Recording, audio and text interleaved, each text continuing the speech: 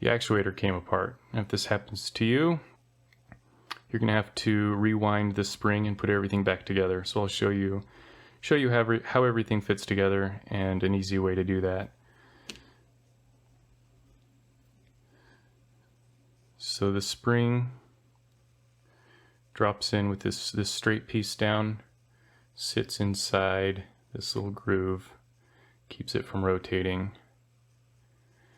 And then we have to drop the collar on and then rotate the spring back about 180 degrees.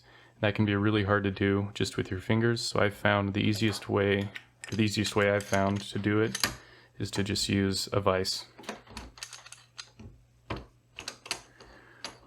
What we're using the vise to do is hold the spring stationary so we can turn the washer with both hands. So with this seated, we're going to put that right down here so the jaws of the vise hold that in place. And then if you look at this, you can see, as I mentioned before, it's not a full quarter circle. There's a flat right here. That's so you can get the washer back on, because this is a nice tight fit.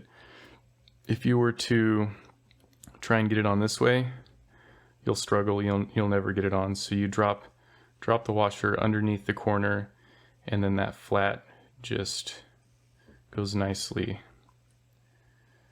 by. So then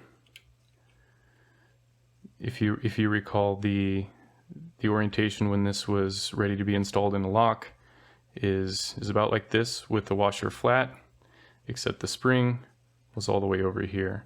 Now in order to wind it back, you want it cocked slightly off a little bit, hook it under this tab, and then you want it off, not seated flush, because this metal tab, that's a detent that is purposely made to not fit by this quarter circle, so there's not enough room to turn if it's seated. But then you just rotate it until this tab clears, and then you can drop everything in. And now our spring is wound and the actuator is ready to be reinstalled.